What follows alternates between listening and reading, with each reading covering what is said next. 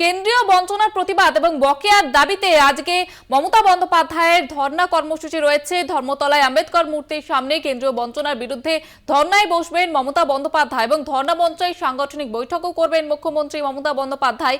এবং অন্যদিকে দীর্ঘদিন ধরে বারবার কেন্দ্রীয় বঞ্চনার বিরুদ্ধে কিন্তু সরব হতে দেখা গিয়েছে তৃণমূল সুপ্রিমোকে। এবং এর আগে আমরা যেটা দেখেছি যে কেন্দ্রের সঙ্গে চূড়ান্ত যে বৈঠক হয়েছিল তারপরে কিন্তু ডেডলাইন বেঁধে দিয়েছিলেন মমতা বন্দ্যোপাধ্যায় এবং বলা হয়েছিল 1 ফেব্রুয়ারির মধ্যেই কিন্তু এই যে যত বকেয়া রয়েছে অর্থ সেটা কিন্তু দিতে হবে কেন্দ্রকে, রাজ্য সরকারকে।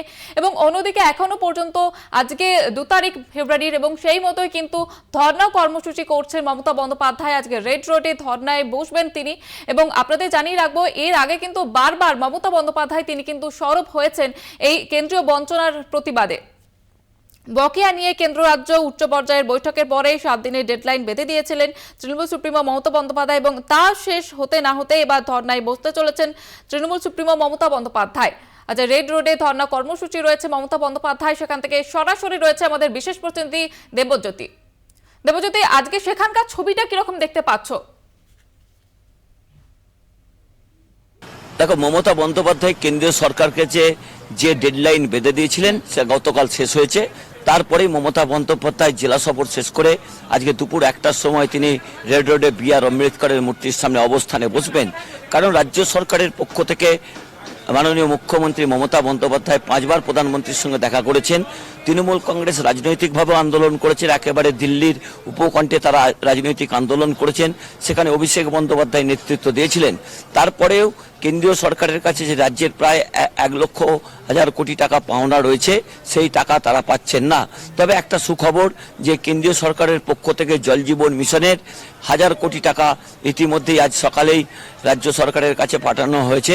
তবে তৃণমূল কংগ্রেসের কিছুটা নৈতিক জয় বললেও কম বলা হবে না, কারণ তৃণমূল নেত্রী মমতা বন্দ্যোপাধ্যায় দুপুর 1টার সময় বৈঠকে বসবেন। তবে দেখো, অত্যন্ত রাজনৈতিকভাবে তাৎপর্যপূর্ণ, কারণ মমতা বন্দ্যোপাধ্যায় এর আগেও কিন্তু বি.আর. আম্বেদকরের মূর্তির সামনে একই দাবিতে অবস্থানে বসেছিলেন এবং রাজভবনের সামনে তৃণমূল কংগ্রেসের পক্ষ থেকে রাজনৈতিক আন্দোলন হয়েছিল। অভিষেক বন্দ্যোপাধ্যায় সেখানে ছিলেন এবং মমতা বন্দ্যোপাধ্যায় কথাতেই তিনি কিন্তু সেই অবস্থান বিক্ষোভ তুলে নিয়েছিলেন এবং সেখানেই তিনি ঘোষণা করেছিলেন যে প্রয়োজনে মাননীয় মুখ্যমন্ত্রী পথে নামবেন। এবং সেই মতোই কিন্তু আজকে মুখ্যমন্ত্রী মমতা বন্দ্যোপাধ্যায় রেড রোডে বি.আর. আম্বেদকরের মূর্তির সামনে তিনি অবস্থানে বসছেন। এবং অন্যদিক থেকে তাৎপর্যপূর্ণ সামনের লোকসভা নির্বাচন দুয়ারে, সেই জায়গাতে তৃণমূল নেত্রী মমতা বন্দ্যোপাধ্যায় এখানে কিন্তু আজকে সাংগঠনিক বৈঠকও করবেন। সেখানে পূর্ব বর্ধমান এবং পশ্চিম বর্ধমানের সাংগঠনিক বৈঠক করা হবে।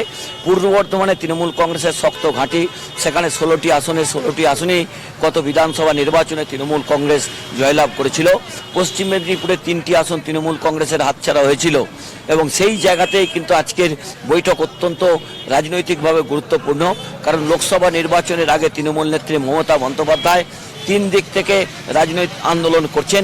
একদিক থেকে প্রশাসনিক যে বৈঠকগুলি তিনি সারছেন, অন্য দিক থেকে সাংগঠনিকও বেশ কিছু পরিবর্তন করেছেন।